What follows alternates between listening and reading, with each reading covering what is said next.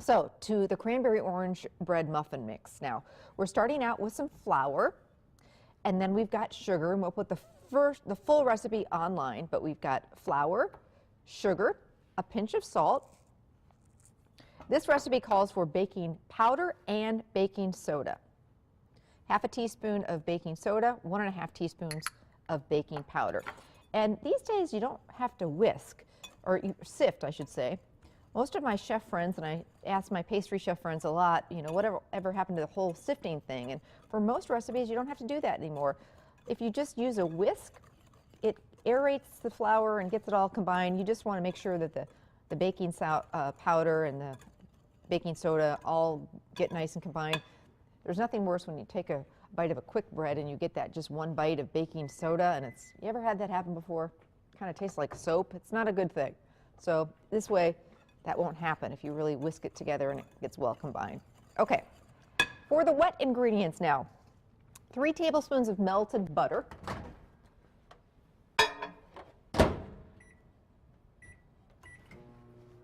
1 egg.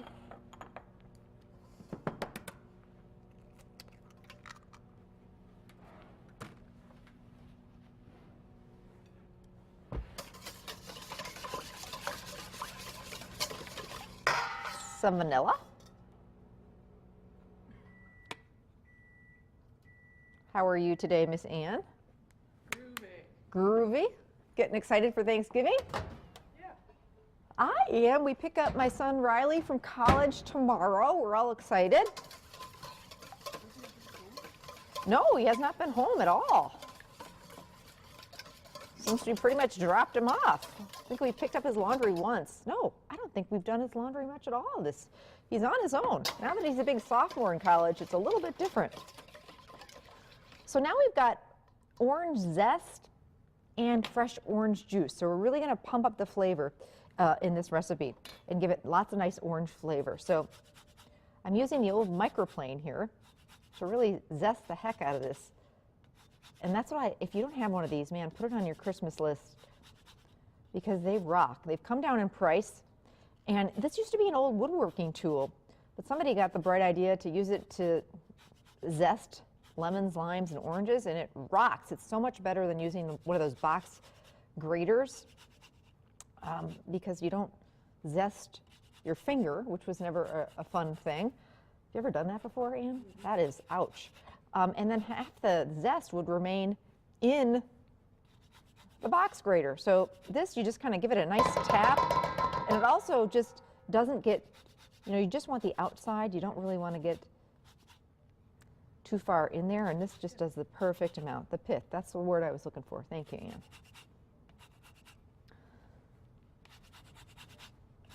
Got lots of holiday book signings coming up, so I hope you'll come out and see me. It's going to be great fun.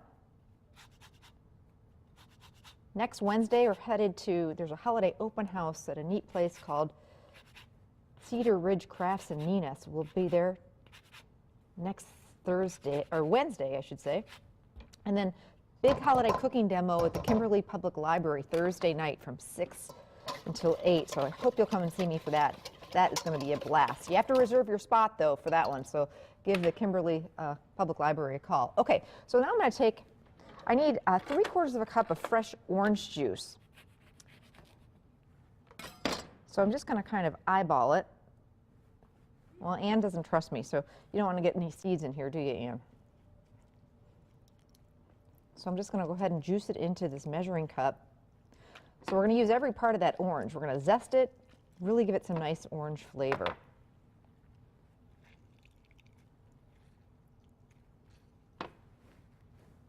I didn't even see a seed in that. Yippee.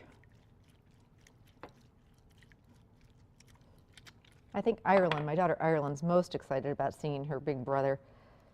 It's really hard on her, I think, not having somebody else in the house that, they can relate to and roll their eyes at mom and dad,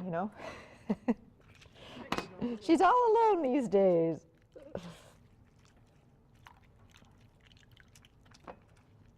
See, I was the one to go off to college, and my sister was the one left at home, so it's a little different from her, for her. But it is so much more special when you have somebody who's away, come home for the holidays. It really puts things into perspective. All right, so we're going to do about the juice of about 2 oranges. You could also use just the orange juice, your breakfast orange juice you're using, but being that we zested this anyway, we figured might as well use fresh orange juice. No Sunny D.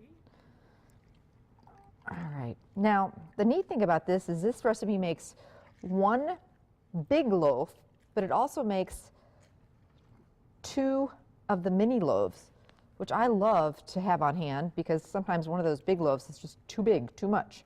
So, and the little mini loaves make great, great gifts. And they can go in your freezer real easily too. So, all right, I think we're about there, about 3/4 of a cup.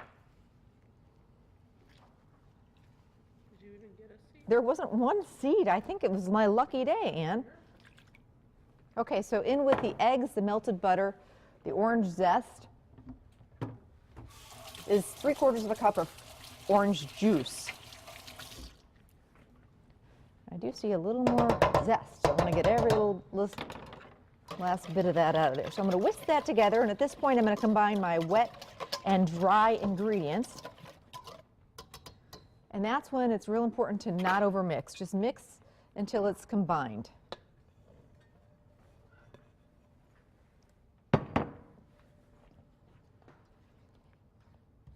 So I just use a spatula.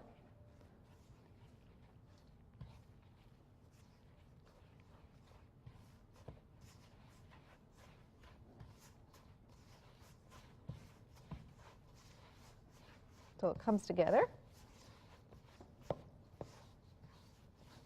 And then I'm folding in my cranberries. You don't even need to cut the cranberries because when they bake, they'll pop. So we're throwing in some fresh cranberries or frozen. If you are using frozen cranberries, throw them in at the frozen state. Do not thaw them. And that goes with most frozen food when it comes to baking because they tend to, if you thaw them, you don't throw them in there frozen, they tend to water down the recipe and also color the recipe. So we would have pink bread, which, I don't know, that wouldn't be so bad of a thing, I guess. Okay. Now here's this cool pan that I was talking about, and you can pick these up all over. I know they have them at Cook's Corner, but they really are great for the holidays. So spraying this with, this is somewhat new on the market, I think last year, maybe the year before, I don't know. But it's the pan baking spray, and it basically not only greases the pan, it actually flours it too. But you just want to use it for baking. You don't want to use it for cooking. So in goes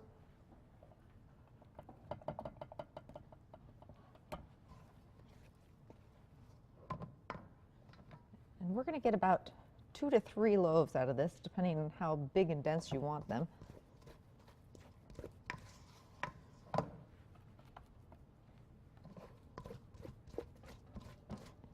And the batter smells so good.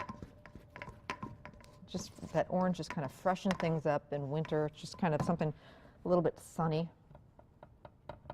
These get into a 350-degree oven. Now, if you're doing one of the big loaves, it's going to take 45 minutes to an hour to bake. These little guys bake up a little bit more quickly, maybe about a half hour. Keep an eye on them, though. You know, holidays are busy, you're doing things, so you don't want to, after you've gone through all that work, burn the cranberry orange bread. That wouldn't be a good thing. And we just pop these out of the oven to let them cool. Wow. Is there anything better than that smell of fresh baked muffins or bread when you... So, so good. Let me see how easy these are going to come out. Anne's a little nervous. Nope, they pop right out. They're beautiful. These are big, big mini loaves. Nice and dense, and I'll slice one up for you. But if you wrap these really well and put them in your freezer, you can start getting some of those holiday gifts already done. Where's the butter? That's, Anne says, where's the butter? My thoughts exactly, Anne. That's why we love each other so much. Yeah, warm with butter. Can you see this? Can you see that? I don't know if you can see the steam there. Not much better than this. Wow. We'll put the recipe on the website, by the way, and these are absolutely fantastic. Coming up, some more fun ideas for the holidays. We're making a couple of holiday appetizers, blue cheese stuffed mushrooms, and we're going to show you how to mix things up in your home without running out to buy all new furniture. Just some quick, easy things that you can do to just make your house look really nice. So stay with us. We'll be back.